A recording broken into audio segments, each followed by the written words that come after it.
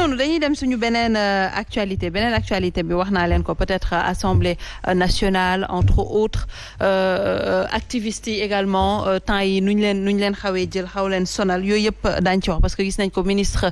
de la justice garde des sceaux moom dafa transmettre au président de l'Assemblée nationale la demande de levée de l'immunité parlementaire de ces députés de Benno Bokk Yaakaar yu ñu cité en tout cas ci présumé trafic de passeport diplomatique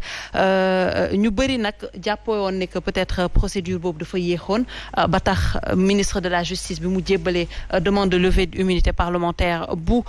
pour que ñu lever immunité parlementaire député ñu bëri peut-être applaudir wax ne que enfin il était temps mais est-ce que yaakaar nga ne que même avec tout ça dinañ dem au bout de cette histoire pour leeral ce qui se cache derrière ce trafic de passeport diplomatique Assane. nee côté boobu moom man awma dara lu ma ci wax ak ministre de la justice parce que moom mooy ministre de la justice bi nga xam ne bi ñu ko falee la ne képp ku fi wax dara Macky Sall man maa koy lijjanti kon kooku awma def moo amee ku may applaudir kenn lay doon muy ministre des affaires étrangères muy Aïssata Tall Sall. li ma koy fàttali parce que man musuñu wax man ak moom musuñu sax gisante mais am na fu ma tolloon moom dafa amoon taxawaay xam nga boo xamante ni dafa différent ak taxawaay bi mu am tey mu bëggoon ko fàttali ne ko na bàyyi xelam ci li mu promettroon Sénégalais yi avant muy dem APR ba pare dafa am nguur boo xamante ni sénégalais yi ñoo ko moom am nguur boo xamante ni Macky Sall moo ko moom te nguuru Macky Sall day jeex mais nguuru sénégalais yi du jeex jamais léegi nag li nga xamante ni moo nekk moom madame la ministre nga xamante ni da nga nekkoon avocat man ma nekk États-Unis ngay def ay interview yoo xamante ni dama daan tëdd sama néeg man xam nga États-Unis di am yëg-yëgu yee Sénégal jigéen bii la ñu soxla jigéen boobu la ñu soxla ba tey ndeysaan nguuru Macky Sall day jeex wallahi day jeex te dañ la soxla yow ma bëgg nga bàyyi ci sa xel nga bàyyi tamit sa xel ci sa doom Clédor parce que day des ak ñun comprendre noonu la Sénégal tëdde fi mu toll nii léegi nag bu ñu demee ci xam nga affaire passeport diplomate yi nen bul fàtte ne kilifa mi ngi kaso Guy Marius Sagna mi ngi kaso Simon mi ngi kaso ak ñeneen ñoo xamante ni kaso laa leen bàyyiloon ay Ibrahima Thiam Toubé ay ñoom Matar Diokhane ñoo xamante ni leen accusé de terrorisme xam nga boo xamante ni commune defuñu dara Sénégal beneen dëkk lañ leen jàppee ñu ne indil leen ñooñu ñu ñëw ñu condamné leen xam nga yooyu yëpp mi ngi suñu bopp yi te loolu mooy jeexal suñu xol ba yii fi am jamono yi yëpp di am ñu naan xale yi Sénégal yi dañoo changé dañoo tegginewuñu wala dañoo yaree di ko wala léegi fekk boobu ñu jiite ñoo amul ay teggin parce que ñàkk teggin weesewul xamal li ma la bugga sali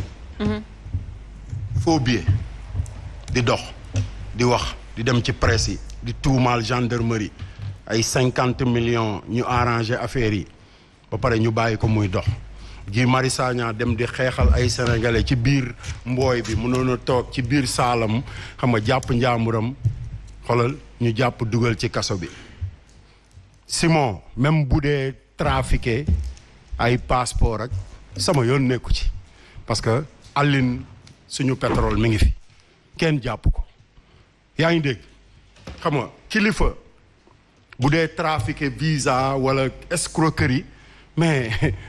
Macky Sall Abdoulaye Wade nee na yow yaa sàcc suñu 8 milliards ba pare weddi woo ko parce que dañu wax daf ne kii moo laal nangam yow nga génn nga ne moo ma ko may loolu mooy Baye Fall bàyyi doomu sénégalais yi ngay dugal ci kaso bi parce que am na kaso boo xamante ni bis boo fa eggee doo génn jamais barki sëñ Touba te xoolal bu dee kaso bu moo fekkee man Assane Diouf dinaa defar 17 millions kànnaar jox ko sénégalais yëpp ku nekk tëj te man sama bos du mës a ubbeeku man moom dama lay topp ba yowmal xiyaam aw ma ci masla promettre ma ko sëriñ promettre ma ko kenn bàyyil doomu jàmbur yi ñu ñibbi bàyyil doomu sénégalais yi ñu dund comme ni sa jabar ak say doom di dundee ci suñuy milliards nga di ko dundee ci suñuy milliards xam nga li ma la te kenn tegu la benn coono te nga préparé te nga xam ne sa passeport diplomate boobu yow xoolal li ci des bareetul nga nekk citoyen normal xoolal ñuy jëflanteeg yow d'accord yaag sa famille alors foofu lañ toll. Goumbala peut-être affaire au passeport diplomatique yi wax nañ ci waxaat si. li ci jot a bees rek mooy procédure bi ñu enclenché peut-être le 14 octobre mu nar a débuté ñu nar a réunir ou plutôt lan naka nga ko jàngatee. xam nga passeport yi trafic bi dafa am.